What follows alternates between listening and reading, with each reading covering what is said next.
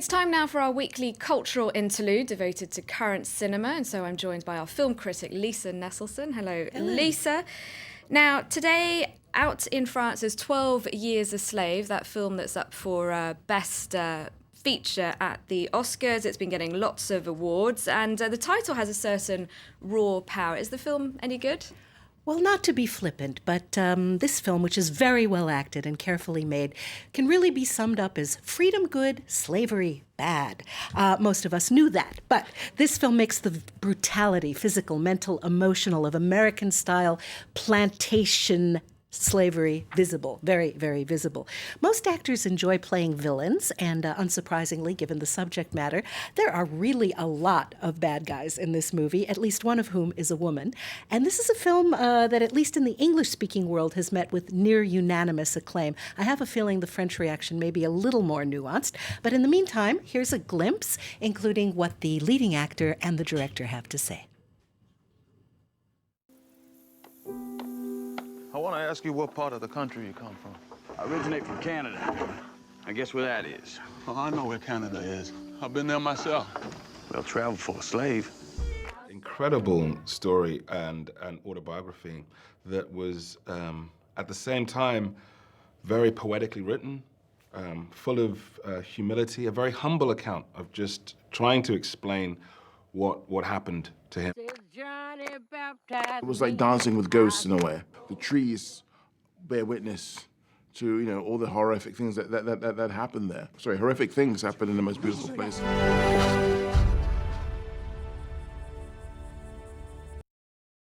Now, Lisa, when Quentin Tarantino's Django Unchained came out, there was talk about how slavery really hasn't been addressed all that much in the movies, and certainly not from the slave's point of view. You know, Django Unchained was a revenge fantasy set against a backdrop of slavery, but with a lot of slavery components. 12 Years a Slave is based on a true story as written by the man it happened to, one Solomon Northup, one of the few free black people to have been hijacked into slavery, survive that, and get their freedom back in the end. Northrop had a house, a wife, 2 children, and business interests in upstate New York in 1841 when he was deceived by 2 white men claiming to be patrons of the arts, but who were in fact human traffickers.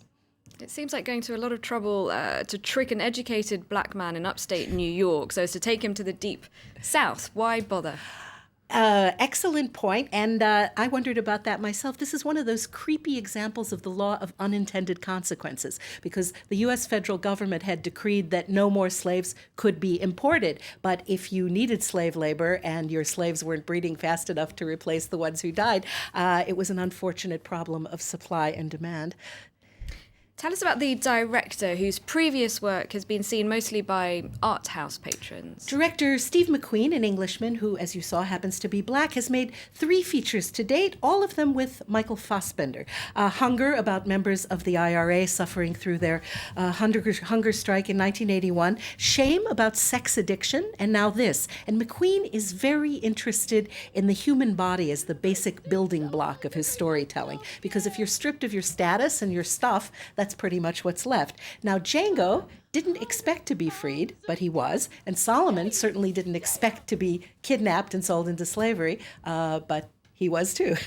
All right, let's talk about another film that's being released here in France today, and that's the animated film The Wind Rises by Japanese master Hayao Miyazaki. Did I say that right? Yes, Miyazaki. I'm not sure about his first name either. Miyazaki has forged a deserved reputation for tackling bittersweet topics through superb animation, primarily hand-drawn animation with a very distinctive iconography. The film is based on the true story of an aviation engineer between the world wars who, like Miyazaki, loved the idea of flight, but he applied his skills to design Japan's Zero fighter plane, which was used in the attack on Pearl Harbor and did incredible damage on kamikaze missions.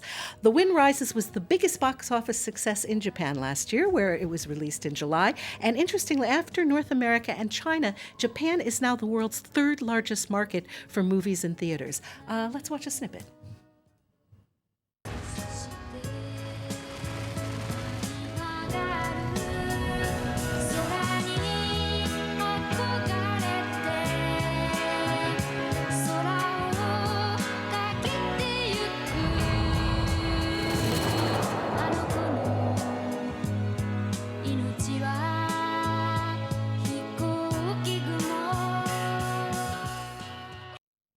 Now, Lisa, what's perhaps surprising is that Japanese animation is popular the world over. It's taken a few decades, but it's growing all the time. And now there's definitely a built-in audience for movies from the studio that Miyazaki co-founded, Studio Ghibli in Tokyo. He has said that this will be his last film, and there was much lamenting and gnashing of teeth because he really is a national treasure. It took 5 years to make this one. He's 73. He says his eyesight is failing. And here's what he had to say about the film's title.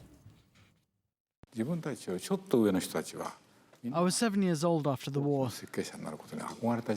All the young people who were older than I was dreamed of becoming aeronautical engineers. I was already drawing planes, but I only liked those from the 1920s and 1930s. In a Paul Valery poem, there's a verse, "The wind is rising, we must try to live." You have to try to live, and these words still count for me today. Okay, thank you very much, Lisa. I'll see you again next week. Absolutely. And thank you for watching. We're going to go to a short break now. We'll be back in a couple of minutes. I'll have all the headlines for you. Do stay tuned.